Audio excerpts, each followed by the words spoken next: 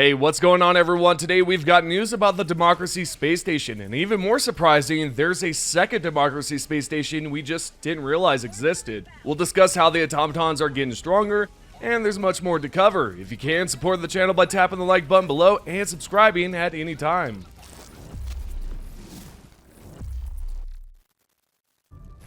We'll begin with the latest news on the DSS. The last time we talked, I had told you all we were going to succeed nonetheless, and well, look what happened. We absolutely did.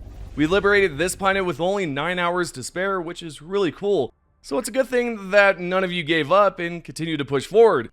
With that aside, it appears the Automatons are about to get stronger than ever before, because right here, the success message says, Plural has been liberated from the circuit-operated grip of the Automaton Legion. An extensive network of tunnels penetrating to the depths of the planet have been flushed of all bot presence and filled with super-Earth miners eager to construct the Deep Metal Forge complex. Aided by the intense heat and pressure generated by Chloro's core, brave metallurgists at the Forge complex will craft a brand new alloy, the properties of which will enable the DSS to safely withstand FTL jumps. Be advised, troubling intel was discovered within Chloral. The Automatons were crafting a new alloy of their own, an exceptionally light metal. Similarly for armor plating, investigations into the enemy's plan for this material are ongoing. As you can see in the last paragraph at the end, the Automatons are about to increase their resistance in their armor with this alloy that they're using, so eventually we can expect to see some stronger Automatons. They're essentially upgrading their armor so they can take more damage, but there's a problem with that. This might affect our current stratagem and weapons. I do plan on testing the weapons we have now against these new Automaton versions once it's possible. So make sure to keep an eye out for that video in the near future. We of course have a new major order as well, and it's about to get rough. We have to hold down Quarrel and also defend against 3 Automaton attacks.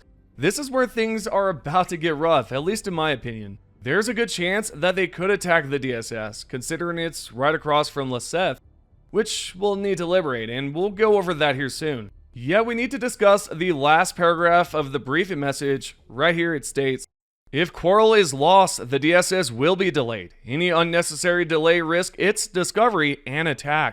Already the Ministry of Truth has identified multiple Automaton cyber attacks on DSS-related servers. They do not appear to have discovered the project's nature or location yet, but it is only a matter of time. Well, if we do not successfully defend Quarrel, this will lead to the Automatons discovering the Democracy Space Station, and that would be absolutely terrible. They're already attacking Vernon Wells, which is right below Tarsh. If Tarsh is attacked, then we lose our location for supplies, and that would be even worse than them discovering the Democracy Space Station. The reason being, without our supplies, how are we going to build the DSS? This major order is pretty huge in terms of risk. Alright, with all that out of the way, it's great that we have a new major order and we've succeeded with the previous one, yet we might want to pay attention to the planets we've already liberated. There's a chance that Quarrel could be attacked again. There are 2 planets currently that have been taken over by the Automatons, which are Sojoth and Claza. Do not try to liberate these planets first, by the way. Instead, go over to the left side and attack Lyseth. If we can successfully do this, we'll stop the supplies from coming through, and the Automatons should have a lower regeneration rate, which will make liberating these planets much easier, and it will also stop the Automatons from potentially attacking Quarrel. As for the other planets, we should be okay for Tarsh, Turin, and Galaver, due to the fact we've already liberated the planets connected to them, which will make it difficult for the Automatons to take over those planets, since there's no way to reach it. The only way the Automatons could reach Turin, for example, is if they were to actually go over to Akmar and take over that planet, or if they were to take over Aether. Those are the only ways they could possibly reach it. Yet I don't see that happening anytime soon, but you never know. In the end, we do want to make sure that we have all these strategic points pretty much liberated, and we've got everything around it liberated so that it'll make it much easier when it comes down to building the DSS. Speaking of the Democracy Space Station, we actually already have a DSS, except there's one big difference, which I'll get into soon. Yet let's first show what it looks like. This only pops up once you have completed the tutorial mission for the very first time, and you are then brought to a screen that shows you the DSS floating above Mars. And yeah, there's a player right here who pointed that out, and I thought it would be great to show you all this just in case you didn't pay attention the first time. This right here is what it looks like right now, and then the next image is what it should look like once it's finally completed. There's also a bunch of destroyers chilling around it, and yeah, it's going to look pretty sweet once it's finished. Oh yeah, and the big difference here is that this apparently is a resupply station. There was someone in the comments that wrote, "You got it all wrong, this is a resupply station. It can only orbit a planet. DSS will be capable of moving with the use of Alcubierre drives." This right here, I cannot confirm it. I don't know if it was ever mentioned at some point during the tutorial or whatever, but to some degree, that actually makes sense. Especially if you all recall one of my previous videos where I went over the blueprint for the space station, and surprisingly enough, it says this right here. For Ministry of Defense eyes only, any similarity to any other battle station, real or imagined, is coincidental.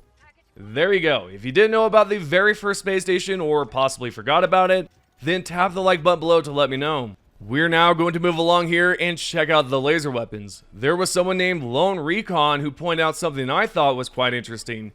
The laser cannon has a range of 200 meters, while the last 5 and last 7 have a higher range set to 1000 meters. I thought I'd put this to the test to see how far the actual laser weapons shoot, and see if we can tell the difference between the stratagem and both the primary and secondary lasers. I think we're going to see some interesting results here. So what I'll do is send down the laser cannon to this automaton planet here and attempt to fire at the side of this mountain from a distance. What you'll notice is that up close we can see that once the laser hits the ground or the mountain, debris can also be seen flying up. The further we move back, you can tell that the laser cannon is no longer able to reach the mountain. Also, there's no debris visible. Now let's try this out for both the primary and secondary lasers, and clearly they're able to reach the mountain. You can see all the rocks and dust flying around. You might be wondering, why would they give the primary and secondary laser weapons a range of 1000 meters, while on the other hand, the stratagem only has a range of 200 meters? There's a possibility that they didn't want players to easily take out the Shrieker Nest, or some of the other objectives from afar, although you could use the Quasar, Spear, or some of the other explosive support weapons. I guess it can be argued that the laser cannon should have further range after all, it's a stratagem. Yet maybe the range is perfectly fine as it is. I'd like to hear your feedback on this in the comments below on whether or not the laser cannon's range should be changed. Since we're discussing laser weapons, I have to show you a fun laser build that I've been enjoying recently. I recommend using this build only on the Terminid planets. With that said, you want to equip the last 5 Scythe and the last 7 Dagger. Both of these weapons have received a damage buff, and the beam effect has been increased so that it sets enemies on fire more quickly. Now, besides that, you should also use Thermite grenades for dealing with chargers and balers and so forth. For armor, choose a type with the engineering kit passive. This will increase your grenade count by 2, and it will also reduce your recoil when you're crouched or in the prone position. As for stratagems, we're of course going to use the laser cannon because it packs a punch on brood commanders, alpha commanders, chargers, hive guards, and there's a few more out there that I didn't list. But you get the point, it's powerful. The second stratagem will be the Napalm Barrage, due to the fact it's incredibly strong against the Terminids and the best barrage to use in general. The support stratagems I like to use is the Rover Guard, which now can set enemies on faster as well, just like the weapons we have equipped. And last but not least, I recommend the expendable anti-tank for Automatons, chargers, and impalers. And that's it, that's all you need for this loadout. If you're wondering how to use it, what I typically do is use the primary and secondary weapons to manage crowds of enemies, while my Rover Guard Dog comes through and adds more firepower. Yet do not forget that the Rover can set enemies on fire just like our laser weapons, so it's a great combo. If I need to switch, I'll either go to my secondary weapon or my laser cannon. I mainly use the laser cannon specifically for hive guards since their shields are tough to penetrate with the primary and secondary weapons, so the laser cannon is quite useful against hive guards, as well as alpha and brood commanders.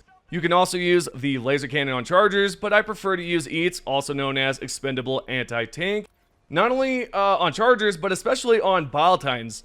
That's how you use this loadout specifically. Now, previously I asked about your loadouts, and I saw quite a few comments. I actually had a blast reading through them, but now I want to know, what's your favorite loadout for the bug planets? Post your responses below in the comments. Well, now that we're done talking about that, how about we all see what's going on with the Thermite grenade? There's been some talk lately that it's overpowered by a specific person. I'll blur his channel out in this because I'm not trying to form a witch hunt here, but it's a topic that caught a few people's attention on Reddit. There's a person who left a screenshot of the channel. I've blocked it out, yet the title is basically stating it's overpowered. Is it really overpowered? No, that would be ridiculous to say. I think it's actually in a perfect sweet spot. Prior to the big patch, it was terrible. No one used it at all, and now it's used quite often, which is really cool to see. We need more weapons to use, not less. There was also a member in the Reddit post that had a valid point, and they wrote, "They're good, but I wouldn't call them overpowered. You get 3 maximum. That's 3 emergency saving throws against 3 Hulks, tanks, chargers, or impalers. You obviously can use the armor passive as well that increases those. But anyways, in my opinion, this does not need a nerf, and hopefully that's not something we'll see at any point. But I'd like to see what you all think. Should the thermite grenade be nerfed? Again, my opinion is that it shouldn't be nerfed at all. Yet I'd like to see your thoughts on this. Also, on a completely different note, I'm not sure if anyone has noticed this lately, but there's a strange bug going on that I don't believe was present prior to the big patch. Yet in the previous video, some of you pointed it out, and that's the fact that the stratagem was bouncing all over the place, and it wouldn't stick to the surface near the Automaton Stratagem Jammer.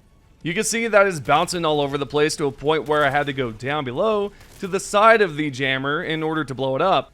This has got to be a new bug. I didn't notice this in the past, so it's a strange bug that you should absolutely watch out for. If this does happen to you, just go to the side like I've done, place down the hell bomb there, and you should be good to go. I'm not too sure how many bugs have popped up in the recent patch since it was dropped, but yeah, this one is definitely strange. If you have any clue as to what's going on here, or maybe you've experienced a bug just like this, or something completely different, if so, post something below and let me know. With all the information being said, this is your Helldivers 2 news. We're now going to check out the top 3 comments from the previous video. If you guys would like to, comment down below and you just might be featured. The first comment is by Kuriami Kaiser. "My beloved brothers and sisters, for our glorious democratic Earth. With great pleasure I announce that I will be able to join the front lines next year, once my ship is fully supplied and ready. I will terminate the bugs and scrap the bots for Super Earth." Awesome, dude, and that is great. I'm assuming you're going to be a new player, or maybe this is related to something else. I have no clue, but cool. The second comment is out of Sort Zone. 038, "I felt those missed crossbow shots in my soul." Okay, I get it. I may have not targeted the bots directly, but you don't need to, even for the Terminids. You can literally just shoot at the ground and it will explode anything in the radius, essentially. I use it basically like the Eruptor. Not sure how many of you used it like that before, but I would shoot at the ground so that I could take out multiple enemies. But you could also shoot them directly. It just depends on how you use it. And last but not least, we have Exotic Bobcat. "Looks like things are getting brighter with new details on the galactic map. Hopefully people will be deploying to the proper planets during major orders outside of them, allowing for major progress." Same here. And if you guys didn't watch the previous video, definitely check it out because there's some really good news about that. Anyways, hope you guys have enjoyed the video. Those are the top 3 comments. If you haven't already, subscribe, turn on notifications, and give this video a like. I'll see you guys in the next one.